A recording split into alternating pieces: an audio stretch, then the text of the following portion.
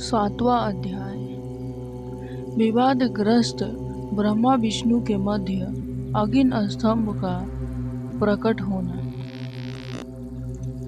ब्रह्मा जी कहते हैं, हे महर्षि, जब नारायण जल में शयन करने लगे तब शिव जी की इच्छा से विष्णु जी की नाभि से एक बहुत बड़ा कमल प्रकट हुआ।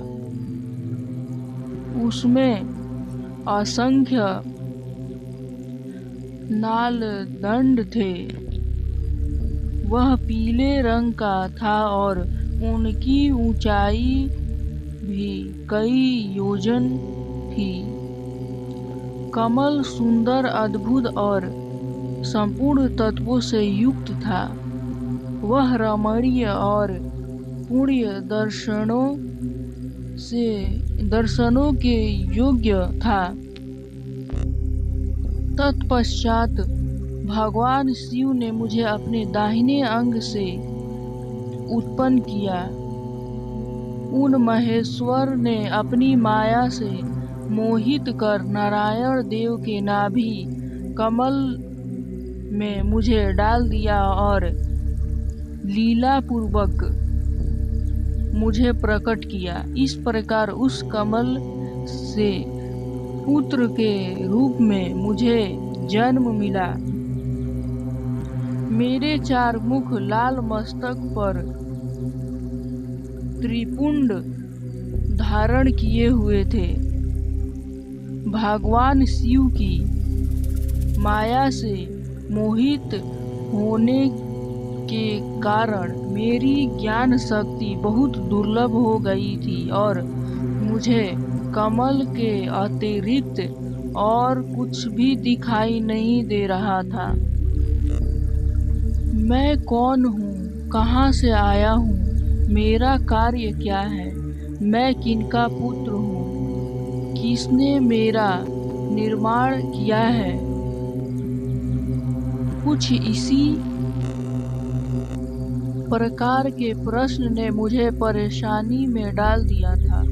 कुछ क्षण बाद मुझे बुद्धि प्राप्त हुआ और मुझे लगा कि इनका पता लगाना बहुत सरल है।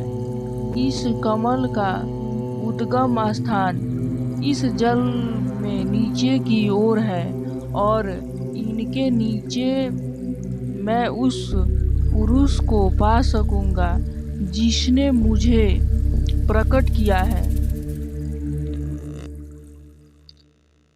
यह सोचकर एक नाल को पकड़कर मैं 100 वर्षों तक नीचे की ओर उतरता रहा, परंतु फिर भी मैंने कमल की जड़ को नहीं पाया।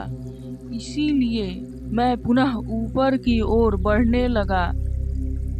बहुत ऊपर जाने पर भी कमल कोश को नहीं पा सका। तब मैं और अधिक परेशान हो गया। इसी समय भगवान शिव की इच्छा से मंगलमयी आकाशवाणी प्रकट हुई। उस वाणी ने कहा, तपस्या करो। उस आकाशवाणी को सुनकर अपने पिता को दर्शन करने हेतु मैंने तपस्या करना आरंभ कर दिया और 12 वर्ष तक घोर तपस्या की। तब 4 भुजाधारी सुंदर नेत्रों से शोभित भगवान विष्णु प्रकट हुए। उन्होंने हाथों में शंख, चक्र, गदा और पद्म धारण कर रखे थे। उनका शरीर श्याम क्रांति से शोभित था। उनके मस्तक पर मुकुट विराजमान था तथा उन्होंने पीतांबर वस्त्र और बहुत से आभूषण धारण किए हुए थे। वे करोड़ों कामदेवों के समान मनोहर दिखाई दे रहे थे और सावनी व सुनहरी आभा से शोभित थे। उन्हें वहां देखकर मुझे बहुत हर्ष व आश्चर्य हुआ।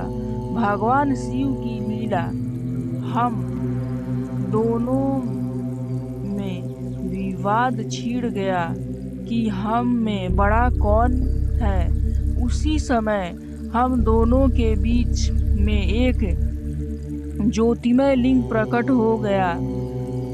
हमने उनका पता लगाने का निश्चय किया। मैंने ऊपर की ओर और विष्णु जी ने नीचे की ओर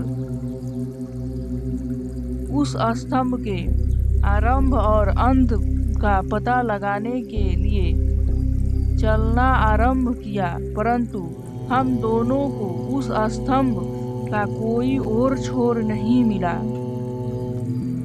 थककर हम दोनों अपने उसी स्थान पर आ गए। हम दोनों ही शिव जी की माया से मोहित थे।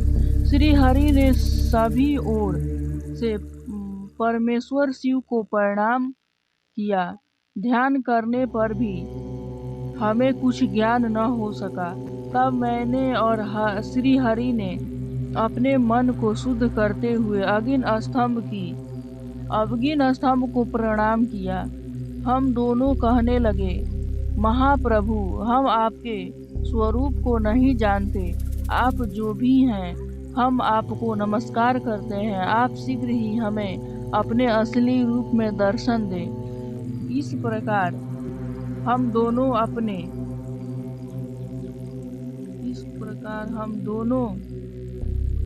अपने अहंकार को भूलकर भगवान शिव को नमस्कार करने लगे। ऐसा कहते हुए 100 वर्ष बीत गए।